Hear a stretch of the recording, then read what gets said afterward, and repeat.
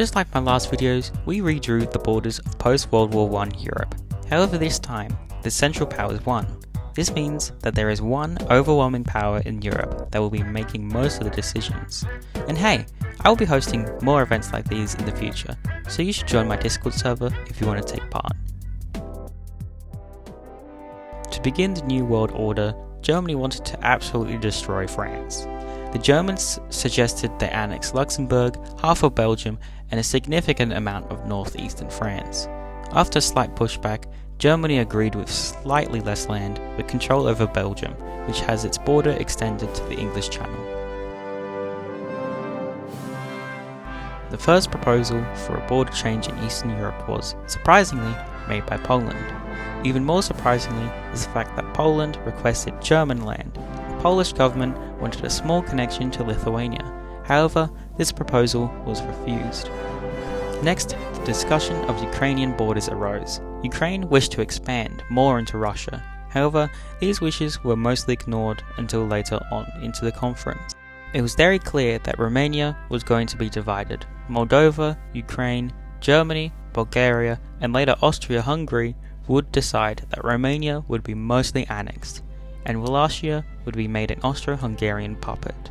Ukraine also made an agreement with Moldova to forfeit some lands. In turn, Moldova would be the first to recognize Ukrainian claims into Russia. In the Balkans, Bulgaria wanted to claim most of Serbia, Greece, Albania, and Montenegro. However, Germany proposed only Macedonia would be ceded over. Finland suggested a greater Finnish state, including Karelia and the Kola Peninsula, which was recognized by the Ottomans as long as they would gain Cyprus. The Ottomans also unexpectedly claimed Montenegro, however, no one recognized this claim. Poland, once again trying to establish a connection to Lithuania, requested land from Belarus.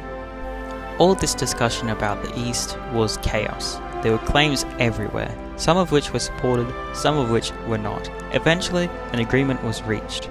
Poland did in fact get the corridor, Austria-Hungary gained Venetia and puppeted Montenegro and Serbia. All this was agreed upon as long as Germany got Morocco. Germany, for some reason, wanted all of the Dutch Empire to be annexed into Germany. This faced backlash as the Dutch weren't only just neutral, but somewhat pro-German, and this claim made no sense. Germany, already controlling the Congo, establishes Middle Africa. Germany also demanded the Kar and Zambia. Finland and the Ottomans would agree to German Kar if the Ottomans got the Suez and Kuwait. Germany initially declined, as this would make the Ottomans a target.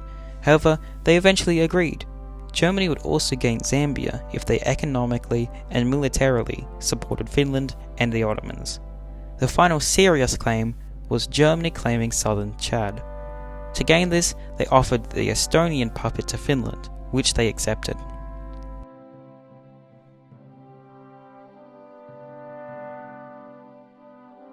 Ukrainian Crimea was an offer made by the Germans. This offer went through, however, it is interesting to see which countries voted for and against this change. Obviously, Germany and Ukraine voted for this change, along with the Ottomans and others. However, the nations against this change included Finland, Lithuania, and Transcaucasia.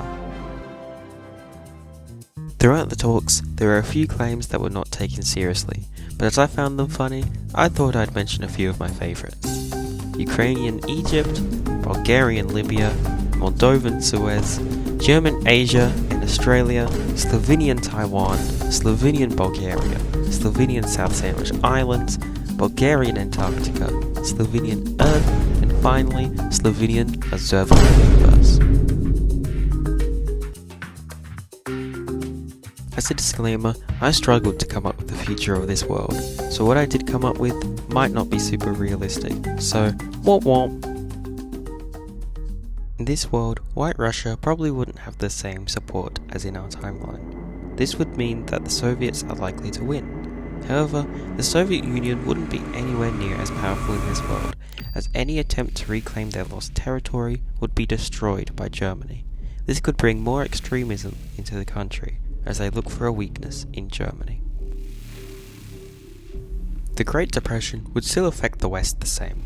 As for the Soviet Union, it would be the same as before, as trade with America would still be limited, and by same as before, I mean the people are starving.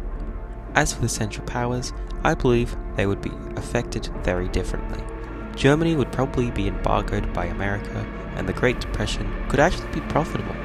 Austria-Hungary and Bulgaria would be reliant on German trade, meaning Germany has more control over Europe. As for the Ottomans, I don't think they are as lucky. I believe the Ottomans would be purposely left to create instability. When said instability comes, Germany would use it as an excuse to place soldiers around the Suez to stabilize the region. The Ottomans would still blame their failure to invade Russia on the Armenians. The regime would probably follow a horrible plan of ethnic cleansing, which would leave the lucky ones being displaced in Transcaucasia. Austria-Hungary, as you know, is a very diverse and unstable empire. Now, to stabilize an empire like this, you could do one or two things. You could give equal rights to all in the empire, allowing freedom, or you could copy that of which is working with the Ottomans. Although not to the same brutality level as the Ottomans, I believe the Austro-Hungarian Empire would begin to displace Slavs into Serbia and Montenegro, along with Transylvanians into Wallachia. However, when Austria-Hungary begins to try displacing Poles into Poland, it would face backlash from Germany, possibly being cut off from trade. Obviously, Austria-Hungary would not continue. With the growing poverty, extremism could grow in multiple different groups. Hungarians would want independence, Austrians would want integration into Germany, and other ethnic groups would want integration into their own country. Eventually, Hungary would act on its plans on independence, causing a civil war. Of course, Serbia and Wallachia would get directly involved with the conflict, whereas other various powers would get indirectly involved. It would eventually end up with Hungary fighting Serbia and Wallachia for borders. This conflict would seem unending, and possibly Germany would force a ceasefire and the border would be established on the former front lines.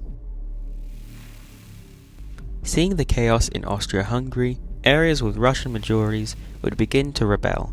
These rebels would be entirely funded by the Soviet Union, starting in Ukraine and Belarus, but eventually spreading to Latvia and Transcaucasia.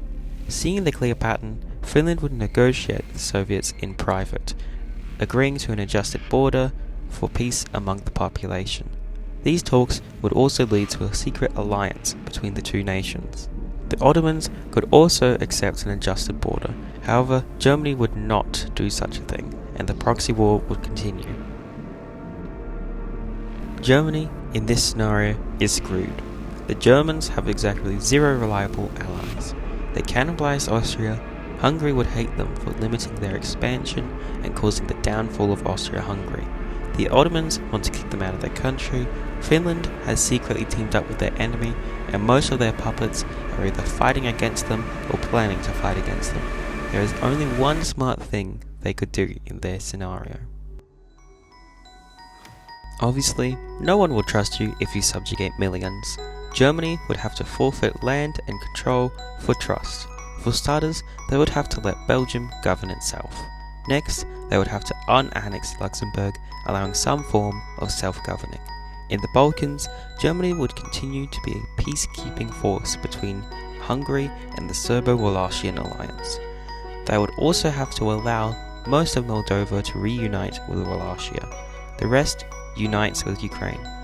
In the east, Germany would have to allow Russian-majority lands to join the Soviet Union, which would be incredibly difficult but honourable.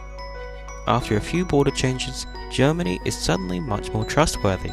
However, most countries would still find reason not to align themselves with the nation. If they could bring themselves to return some French land, that would be enough to return to the global stage as a fully trustworthy state. Of course, all of this is unrealistic, as it would mean a European state being selfless and caring for others. Germany would end up at war with France, the Brits, and the Soviets again. The Dutch would be forced to join their side as they're surrounded. The Ottomans, sick of being occupied by Germany, betray the Germans. The Finns do something similar. Bulgaria, looking for more land, remains loyal. and due to their alliance with Bulgaria, Hungary reluctantly joins Germany. Although seeing success to begin, Germany's downfall would be the Americans. I, personally, cannot predict how this war would go, but the Germans would not win. The Hungarians would likely betray them, and Germany would not hold out against the entire world.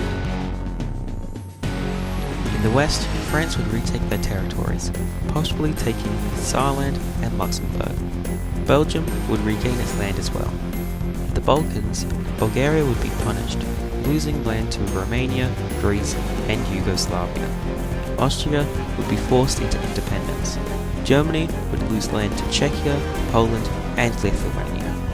Hungary would also lose land to Romania, Yugoslavia.